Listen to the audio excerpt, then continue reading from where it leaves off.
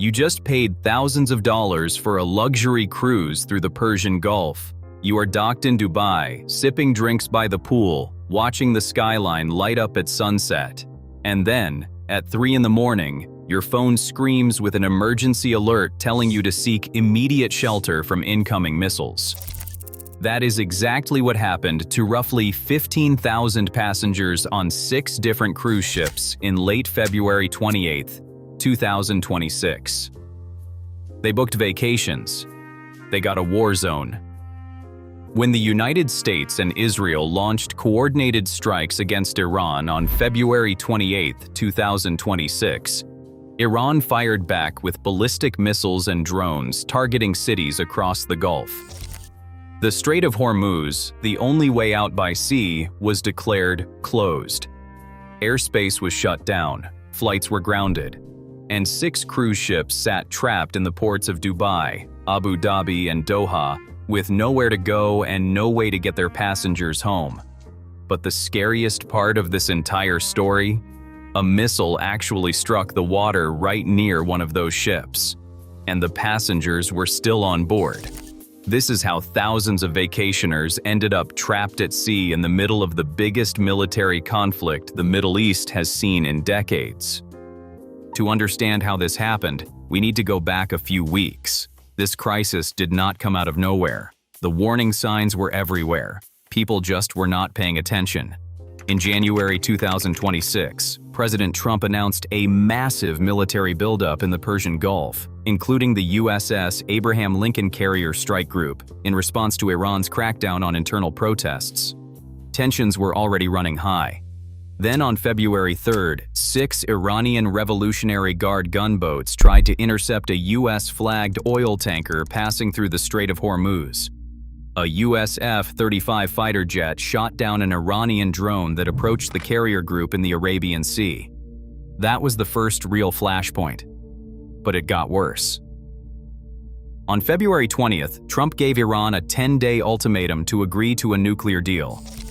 Negotiations opened in Geneva on February 26th, but they collapsed almost immediately. Both sides walked away. The diplomatic window had closed, and the military option was now on the table. Meanwhile, 6 cruise ships were already in the Gulf, carrying thousands of passengers who had no idea what was about to happen. At approximately 2:30 in the morning Eastern Time on February 28th, Trump released an 8-minute video address announcing Operation Epic Fury. The United States and Israel had launched coordinated airstrikes targeting Tehran, Isfahan, Qom, and military installations across Iran. In those first hours, Iran's Supreme Leader Ali Khamenei was killed, along with senior military commanders. Iran's response was immediate and devastating. Under the name Operation True Promise 4, Iran launched dozens of ballistic missiles and hundreds of drones at Israel and at US military bases across 9 countries, including Bahrain, Iraq, Jordan, Kuwait, Oman, Qatar, Saudi Arabia, the UAE, and even a British military base in Cyprus. The entire Persian Gulf region was suddenly an active combat zone. Within hours, Iran's Revolutionary Guards broadcast a chilling warning over maritime radio to every ship in the region. No vessel was allowed to pass through the Strait of Hormuz. By March 2nd, a senior advisor to the IRGC declared the strait officially closed, threatening to set ablaze any ship that tried to transit. Strait traffic collapsed by over 80% on March 1st and dropped to near zero by March 2nd. The Houthi forces in Yemen, Iran's allies, simultaneously announced renewed attacks on shipping in the Red Sea. Both major waterways connecting Europe to the Gulf were now effectively shut down. Sitting right in the middle of all of this were 6 cruise ships that suddenly had no way out. The largest was MSC Euribia, a massive 183,000 gross ton vessel docked at Port Rashid in Dubai. She had arrived on February 27th for a routine overnight port call. Roughly 5,000 passengers were on board when the strikes began. MSC immediately canceled all remaining winter sailings from Dubai, including departures scheduled for March 7th, March 14th, March 21st, and March 28th. The ship's planned repositioning voyage to Europe was scrapped entirely. MSC Euribia is now expected to sit idle until May 2nd, when she may resume service from Kiel, Germany. But MSC Euribia was not the ship that came closest to danger. That distinction belongs to Mein Schiff 4.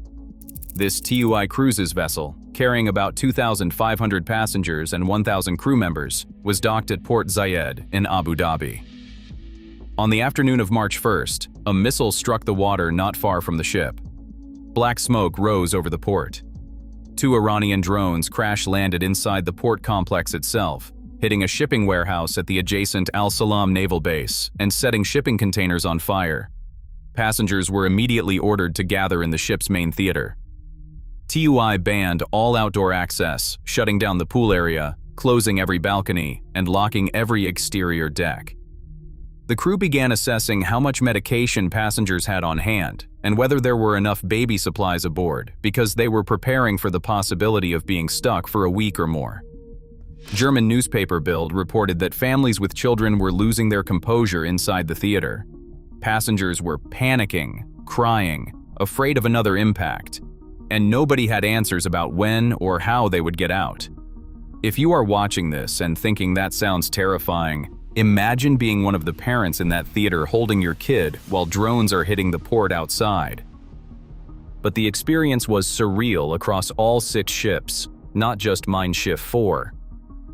On MSC Euribia in Dubai, a Scottish passenger named Leslie Ballantyne told CNN Travel that she woke in the early hours of March 1st to an emergency phone alert warning of potential incoming missiles and telling her to seek immediate shelter.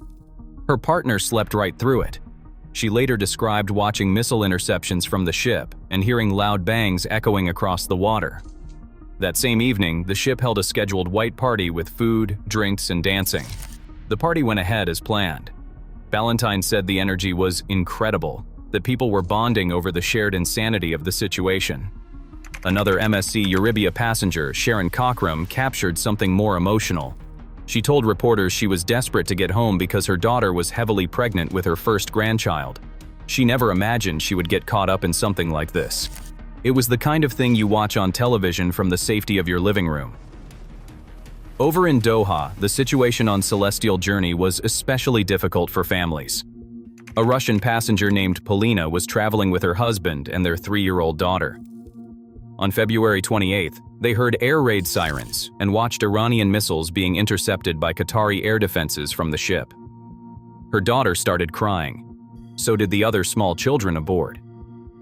Over the following days, the little girl developed a fever of 39 degrees Celsius. But passengers were not allowed to leave the ship to buy medicine until March 5th, a full week after the crisis began. On Mein Schiff 5, also in Doha, the ship had already completed its scheduled itinerary. Passengers were supposed to disembark and fly home. But with Qatari airspace closed, there were no flights. The ship became a floating hotel, with passengers receiving Qatar civil defense missile warnings directly to their smartphones while they waited for any way out. Celestyal Discovery in Dubai was locked down by local port authorities, who prohibited anyone from leaving the ship. 2 scheduled sailings were canceled, and eventually Celestyal pulled the plug on the rest of its Gulf season entirely. And then there was Aroya Manara, a 151,000 gross ton vessel that had just launched its very first Arabian Gulf season, with cruises planned all the way through May 2026. That inaugural season was over before it really started. All upcoming sailings were canceled. If you are finding this story as gripping as I think you are, hit subscribe. I cover cruise industry events like this regularly, and there is more to this story still developing. Now let us talk about what happened when the cruise lines tried to actually get these people home. The logistics were a nightmare. Dubai International Airport, one of the busiest aviation hubs on the planet, was damaged by an Iranian drone strike. More than 23,000 flights were canceled across 7 Gulf airports. Hotels in Dubai, Abu Dhabi, and Doha reached 100% capacity within 48 hours, as stranded travelers scrambled for rooms. TUI managed to arrange a special Emirates flight from Dubai to Munich that carried 218 passengers from Mein Schiff 4.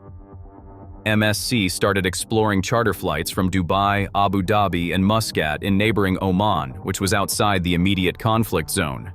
But these efforts were slow, complicated by closed airspace, overwhelmed airports, and the sheer number of stranded travelers. An estimated 130,000 British citizens and 30,000 German tourists were registered as stranded across the wider Gulf region. For most passengers, the ships themselves were the safest and most practical shelter available. That is an extraordinary thing to say about a vacation cruise ship docked in an active war zone. The financial shockwave hit immediately. On March 2nd, Carnival Corporation stock plunged over 10% in a single trading session, dropping from $31.55 to $28.36. It was one of the steepest declines in the entire S&P 500 that day. Norwegian Cruise Line fell 10.5%, compounded by weak quarterly earnings. Royal Caribbean dropped between 3 and 6%, slightly better positioned because it had less exposure to Gulf routes. But the stock drops were just the surface. The real financial blow came from the insurance markets. Steamship Mutual, one of the largest maritime insurers in the world, issued a formal cancellation of war risk coverage for the entire Persian and Arabian Gulf, effective March 4th and 5th. Every other major insurer followed within hours: Guard, Skuld, North Standard, London P&I. Without war risk insurance, ship owners face unlimited personal liability for any damage or loss. That makes transit through the Gulf economically impossible, regardless of whether it is physically possible. War risk premiums had already surged from roughly 0.1% to as high as 0.4% of the ship's total value per transit. For a large cruise ship, that translates to an additional $250,000 per voyage. And for passengers hoping their travel insurance would cover the disruption, nearly all standard travel policies explicitly exclude events classified as acts of war. Inquiries for cancel for any reason policies reportedly surged 18-fold in the week of the conflict. But for the 15,000 people already stuck on those ships, it was too late. To fully appreciate how unprecedented this crisis is, you need to compare it to previous incidents where cruise ships crossed paths with military conflicts. The most famous case is the Achille Lauro hijacking in 1985, when 4 Palestinian militants seized an Italian cruise liner off the coast of Egypt, murdered a wheelchair-bound American passenger named Leon Klinghoffer, and threw his body overboard. That was one ship, roughly 400 passengers. It remains the most infamous direct attack on a civilian cruise vessel. The Houthi Red Sea crisis that began in late 2023 was larger in scale. Carnival alone redirected 12 ships across 7 brands away from Red Sea routes. But in that crisis, ships were proactively diverted. They were rerouted around the Cape of Good Hope, adding 10 to 14 days to their voyages. Nobody was trapped. Nobody was sheltering in a port while missiles struck nearby. During the 1967 Six-Day War, 15 cargo vessels got stuck in the Suez Canal when Egypt closed it. Those ships, nicknamed the Yellow Fleet, sat there for 8 years until 1975. But they were cargo ships with small crews, not luxury liners packed with thousands of civilians. The Iran-Iraq tanker war in the 1980s damaged hundreds of merchant vessels and killed over 400 sailors. But the Gulf was not yet a cruise destination at that point. And during the 1991 Gulf War and the 2003 Iraq War, no cruise ships were directly affected, though bookings across the Mediterranean dropped significantly. The 2026 crisis combines elements of all of these events. Trapped vessels like the Yellow Fleet, proximity to active combat like the tanker war, a direct military threat to a civilian ship like the Achille Lauro, mass rerouting like the Houthi crisis, but at a scale that surpasses all of them. This is the first time in modern history that multiple cruise ships with thousands of passengers aboard have been physically stranded in ports under active missile and drone bombardment, with no safe exit by sea or by air. So what happens next? As of early March 2026, all 6 ships remain docked. The Strait of Hormuz is still closed. Insurance coverage has been formally withdrawn. The Joint Maritime Information Center rates the regional threat level at critical, meaning an attack is considered almost certain. Limited flights have started resuming from Dubai and Fujairah, and the first repatriation flights began on March 4th, but the backlog of stranded travelers remains enormous. The bigger picture for the cruise industry is grim. Legacy brands like Ada Cruises and Costa Cruises had already abandoned the Gulf before the war even started, pulling their ships out in mid-2025. MSC, TUI, Celestyal, and Aroya have now canceled their remaining Gulf seasons. AIDA has tentatively penciled in a return with one ship from Dubai in the 2027 or 2028 season, but only if conditions allow. Most operators are saying they will not resume regular Gulf deployments for at least a year or two.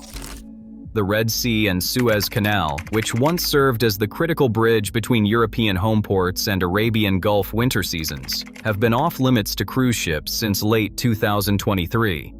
The February 2026 war has made that situation permanent for the foreseeable future. Cruise planners are now pivoting to African circumnavigation voyages, Atlantic repositioning routes, and closed-loop Mediterranean seasons instead. Gulf cruise ports like Dubai's Mina Rashid and Dubai Harbor invested billions of dollars to become world-class cruise terminals. Those facilities now face the possibility of sitting empty for years. 6 cruise ships, 15,000 passengers, missiles in the water, drones hitting the port, emergency alerts at 3 in the morning, a white party while the sky lit up with interceptions, a toddler running a fever because her family could not leave the ship to buy medicine. The 2026 Persian Gulf cruise crisis did not just strand thousands of people. It may have permanently redrawn the map of where the cruise industry is willing to go. Like and subscribe so you do not miss the next update as this crisis continues to develop.